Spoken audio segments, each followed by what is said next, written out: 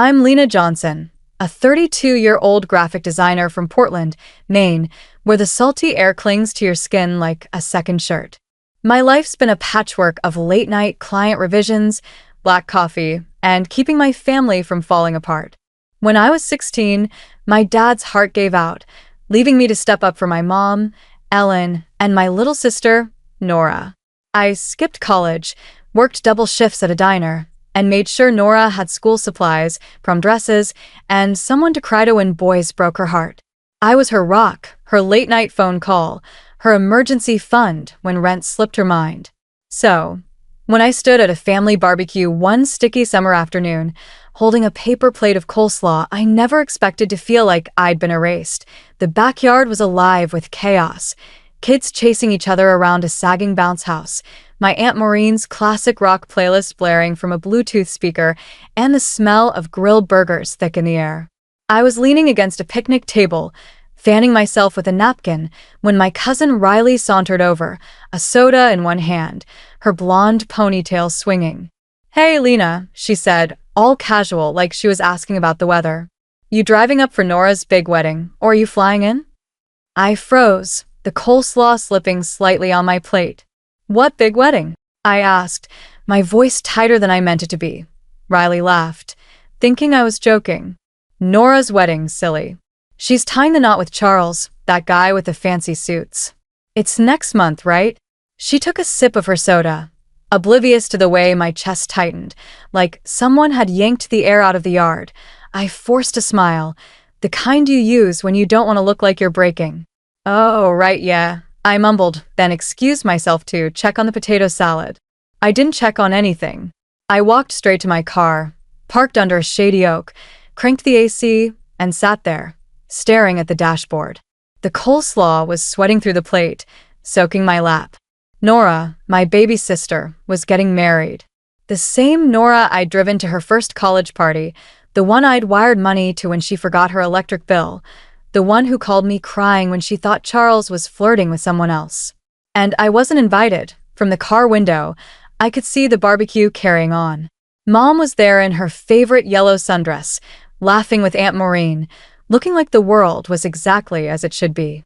Riley was back at the grill, flipping her hair, probably telling someone else about the wedding I wasn't supposed to know about.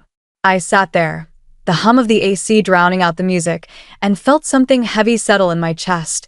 Not just hurt, but a kind of tired anger, like I'd been carrying everyone for so long they'd forgotten I was even their point 2 days later. I couldn't shake the ache. It wasn't rage, exactly, just this dull, throbbing sense of being invisible. I needed answers, so I called Mom.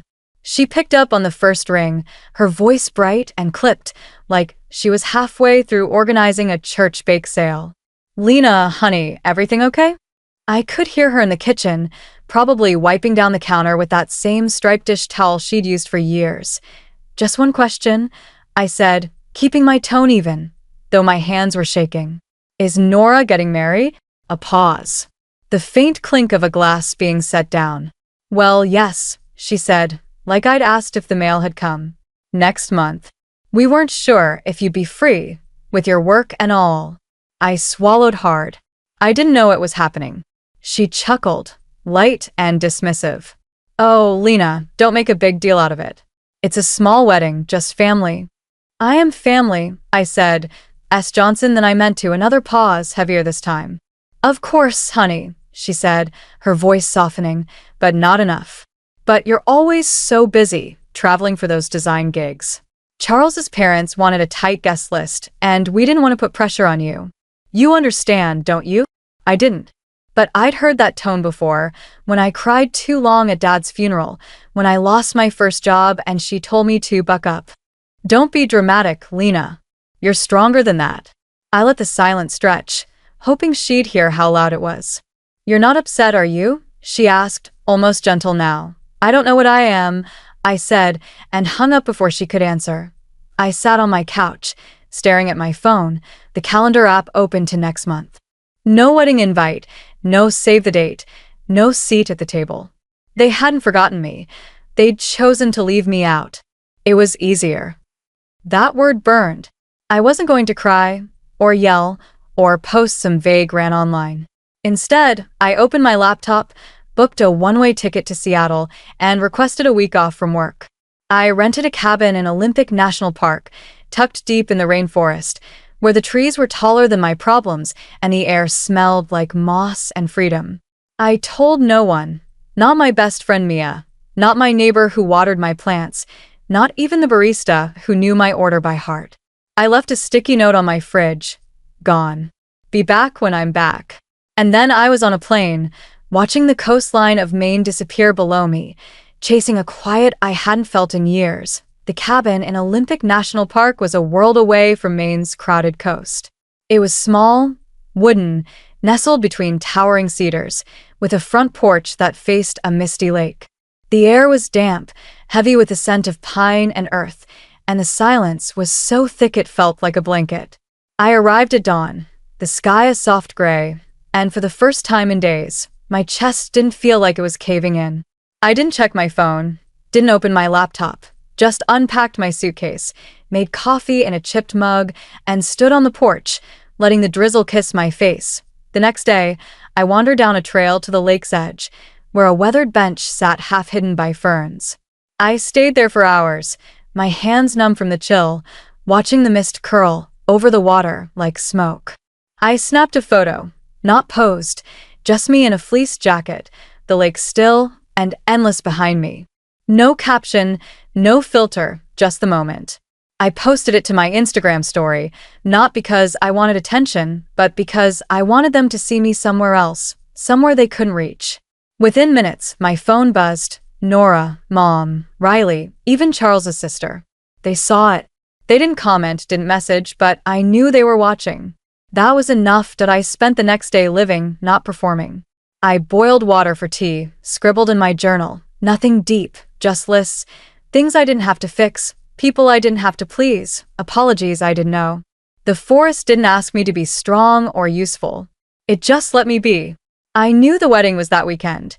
Nora hadn't told me the date, but I'd pieced it together from Riley's offhand comments and a tagged post about a venue in Camden, Maine. I didn't check social media, didn't want to see Nora in lace or Mom dabbing her eyes. I just sat by the cabin's window, a wool blanket over my knees, and watched the rain carve paths down the glass. For once, the quiet wasn't empty. It was mine.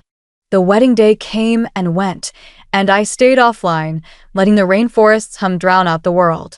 I hiked to a clearing where the trees parted, revealing a lake so still it mirrored the clouds. I sat there, sketching the view in my journal, feeling lighter than I had in years.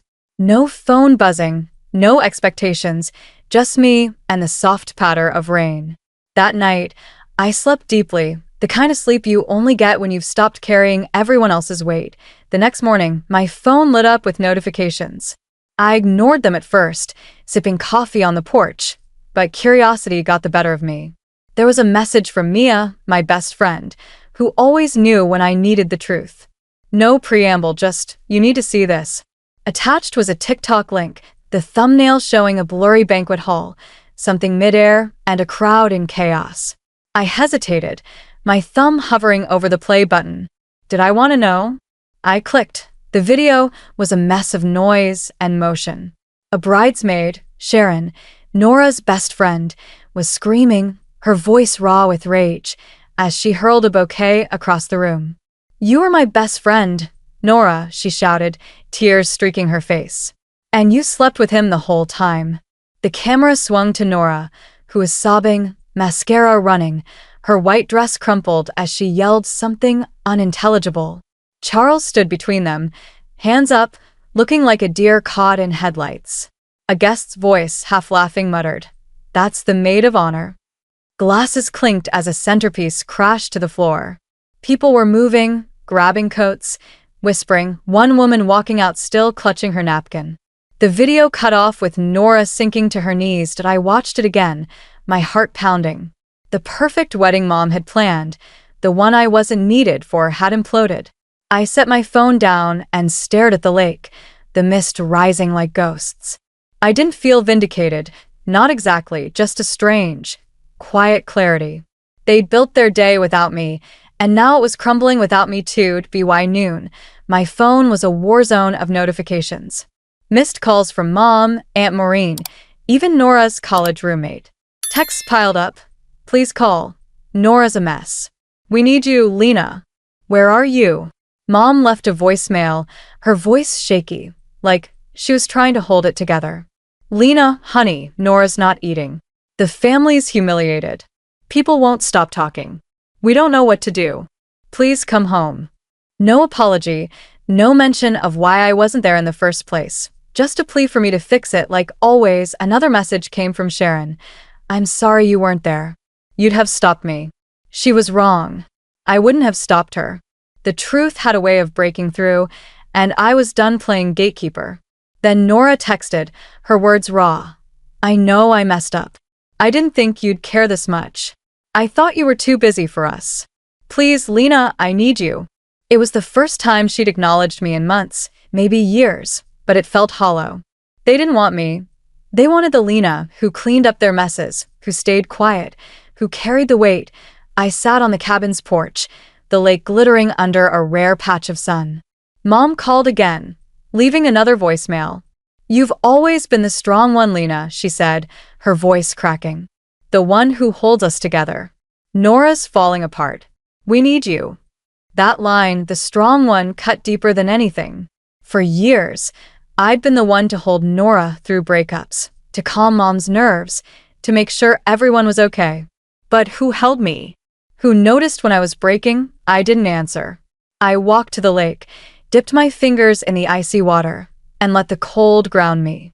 They weren't calling because they missed me. They missed what I did for them. And for the first time, I wasn't sure I wanted to go back.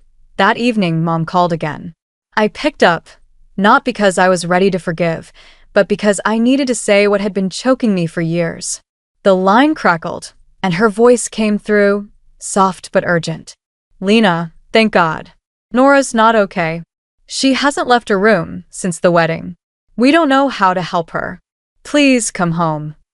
I stood by the cabin's window, the lake a dark mirror under the twilight. I was there for you all, I said, my voice steady but low. For years, Mom. When Dad died, when Nora needed money, when you needed someone to listen. I was there. And you didn't see me. Silence. Not the defensive kind, just empty. I didn't know you felt that way, she said, her voice thin, like she was realizing something too late. You never said anything. No one ever asked, I replied. The words weren't angry, just true. I could hear her breathing, the faint clink of her teacup on the counter, the same one she always used when she wanted to seem calm. I'm sorry, she said, but it sounded like she was asking me to make it okay. I looked out at the forest, the trees standing tall and quiet, not asking anything of me. I'm not coming back, I said, softer now. Not this time. I think I'm finally where I belong. She didn't argue. There was no script for this, no way to rewrite the years she'd looked past me. We didn't say goodbye, just let the call end, the silence saying what words couldn't. I stepped outside, the air sharp with pine and rain. The sky was endless, the kind of vast that makes you feel small but whole. I wasn't angry anymore. I wasn't sad. I was just me, and that was enough. The next morning, I woke to the sound of rain tapping the cabin's roof, a rhythm that felt like permission to stay still. I made tea, wrapped myself in a blanket, and pulled out a notebook I'd brought but barely touched. I didn't want to write a novel or a rant, just something true. On a single sheet of paper, I wrote, Nora, Mom, I hope you find peace. I hope you find a way to tell the truth. I hope next time you see me before I'm gone. Lena. I folded it, addressed it to our old house in Portland, and left no return address. It wasn't about closure. It was about letting go. Later that day, I walked to a small post office in a nearby town, the air smelling of wet earth and cedar. I dropped the letter in a blue mailbox outside a cafe, the clerk inside nodding as I passed. Cold one today, he said. I smiled. Not as cold as yesterday. Back at the cabin, I stood by the lake, where a single wooden chair faced the water, half covered in mist. I took a photo. Just the chair, empty, framed by the forest's green and the lake's gray. No caption, no explanation. I posted it to my Instagram story, knowing they'd see it. Mom, Nora, maybe even Charles's sister. Not because they cared, but because absence is louder when it's quiet. They'd wonder what it meant, and that was enough. I didn't need their apologies or their guilt. I needed this, the lake, the rain, the space to be Lena, not the strong one. The days that followed were simple, the kind of simple that feels like a gift. I stayed in the cabin, waking early to watch the sun break through the trees, painting the lake gold. I sketched the forest, read half a book, made soup from a recipe I found in the cabin's drawer. I didn't check my phone much, didn't scroll to see if Nora had posted, or if Mom had left another voicemail. The quiet wasn't just silence anymore. It was peace, the kind I'd spent years chasing without knowing it. I thought about Maine, about the house where I'd grown up, where I'd bandaged Nora's scraped knees and helped Mom balance the checkbook after Dad was gone. I thought about the barbecue, the coleslaw soaking through my plate, the way no one noticed I'd been erased until their perfect day fell apart. I didn't feel bitter, not anymore. I felt clear, like the lake after the rain stopped, reflecting everything without holding on to it. One morning, I hiked to a ridge overlooking the park, the trail muddy and steep. At the top, the world opened up. Mountains, trees, skies so wide it made my heart ache in a good way. I realized I wasn't running anymore. I wasn't hiding. I was just here, living a life that didn't need anyone else's permission. I decided to stay in Washington a little longer, maybe find a coffee shop that needed a freelance designer, maybe run a place where I could hear the rain every night.